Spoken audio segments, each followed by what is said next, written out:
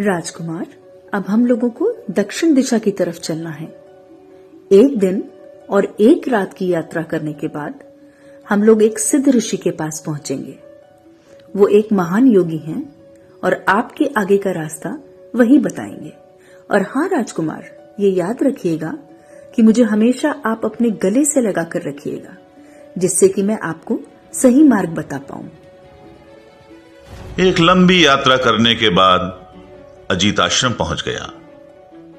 उसने देखा एक बहुत बड़े वृक्ष के नीचे बैठकर ऋषिवर अपनी तपस्या में लीन है। आश्रम का वातावरण बहुत ही अच्छा था। चारों ओर से एक बहुत अच्छी सुगंध आ रही थी और पक्षियों के चहचहाने की आवाज आ रही थी। अजीत वहीं खड़ा होकर प्रतीक्षा करने लगा और कुछ देर बाद ऋषिवर ने अपनी आंखें खोली और मुस्कुरा के बोले, आओ वत्सजीत, मुझे ज्ञात था तुम आने वाले हो। तुम जब तक चाहो यहां रह सकते हो और ज्ञान का अर्जन कर सकते हो। मुझे बहुत प्रसन्नता हुई तुम्हें यहां पर देखकर। ऋषिवर मुस्कुरा के बोले, वत्सजीत, नीलिका भी विराजमान है। मैं तुम्हारी कंठमाला में उनको देख सकता हूं। अजीत को बहुत आश्चर्य हुआ।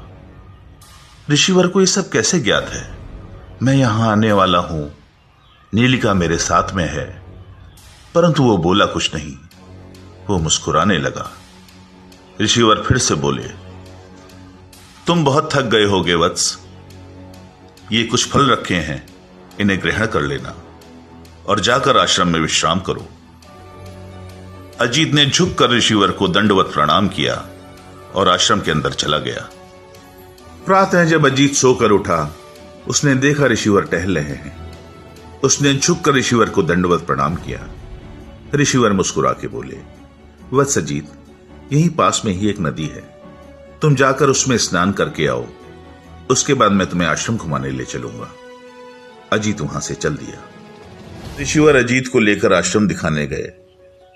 अजीत ने वहां पर देखा चारों तरफ बड़े बड़े वृक्ष लगे हुए थे, जिन पर पक्षी बैठे कलरव कर रहे थे।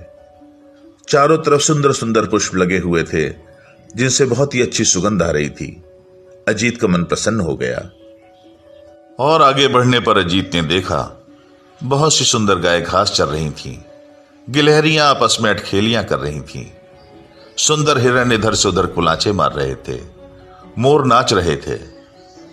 ऋषिवर ने अजीत के कंधे पर हाथ रखा और बोले, ये सारा मेरा परिवार है अजीत। मैं इन्हें बच्चों की तरह प्यार करता हूं। तुम बहुत थक गए होगे, आओ वापस चलते हैं। चल के कुछ भोजन ग्रहण कर लो।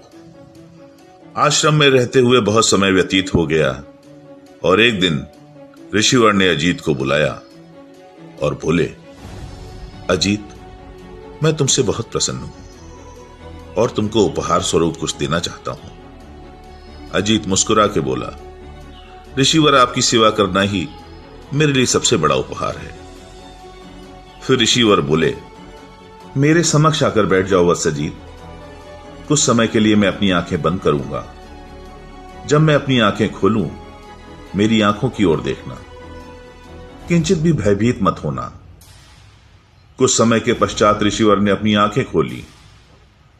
अजीत उनकी आंखों की ओर देखने लगा। उसको लगा कि कुछ तरंगे उसकी तरफ आ रही हैं। अजीत मूर्छित सा होने लगा और कुछ समय के पश्चात अजीत मूर्छित हो चुका था। राजकुमार ने जब अपनी आंखें खोली, उसको लगा वो वर्षों के पश्चात सोकर उठा है। पास ही में ऋषिवर बैठे मुस्कुरा रहे थे। ऋषिवर बोले, उठो वत्स अजीत, मैंने अपनी शक्ति का कुछ भाग तुमको दिया है। अब तुम पहले से कहीं अधिक शक्तिशाली हो गए हो। जाकर अपने कक्ष में विश्राम करो अजीत। कल प्रातः उसी वट वृक्ष के नीचे मैं तुम्हारी प्रतीक्षा करूंगा। अजीत जब अपने कक्ष में पहुंचा तो उसने देखा नीलिका खड़ी मुस्कुरा रही है। उसके हाथ में एक पात्र था और वो बोली, राजकुमार, ये शीतल पेय ग्रहण करें। इससे आपकी थकान दूर हो जाएगी और आपको अच्छी निद्रा आ जाएगी। राजकुमार ने पात्र अपने हाथों में लिया और पूरा पेय पी गया। उसके पश्चात वो एक गहरी निद्रा में सो गया। प्रातः जब वो उठा, वो वट वृक्ष के पास पहुंचा, जहां उसने देखा ऋषिवर तपस्या में लीन है। ऋषिवर बोले, आओ वत्सजीत, मेरे समीप में बैठो। ऋषिवर मंत्रों का उच्चारण करने लगे और कुछ समय के पश्चात उन्होंने अपना हाथ आसमान की तरफ किया और आश्चर्य, उनके हाथ में एक बहुत ही सुंदर चमचमाती हुई तलवार थी। अजीत को विश्वास नहीं हो रहा था कि यह सच है या वो एक सपना देख रहा है। बहुत वर्षों की बात है अजीत, जब मैं समुद्र तल में बैठा तपस्या कर रहा था तो वहां के देवता मुझसे प्रसन्न हो गए और उन्होंने ये तलवार मुझे भेंट स्वरूप दी और कहा, ऋषिवर, ये एक अनमोल तलवार है। यह एक ऐसी धातु से बनी है जो कभी भी खंडित नहीं हो सकती।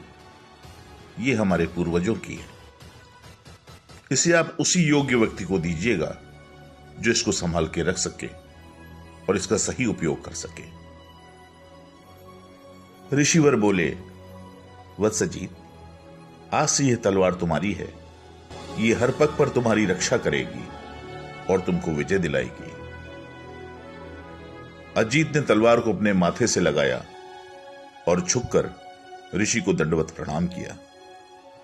ऋषिवर मुस्कुरा के बोले, वत्सजीत, अब तुम्हारा आश्रम में रहने का समय पूरा हो चुका है।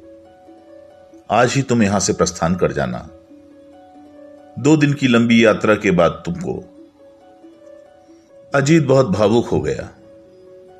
उसने नम आंखों से ऋषिवर को दंडवत प्रणाम किया, उनका आशीर्वाद लिया, उनसे आज्ञा ली और एक लंबी यात्रा पर निकल गया। नीलिका उसको मार्ग बताने लगी।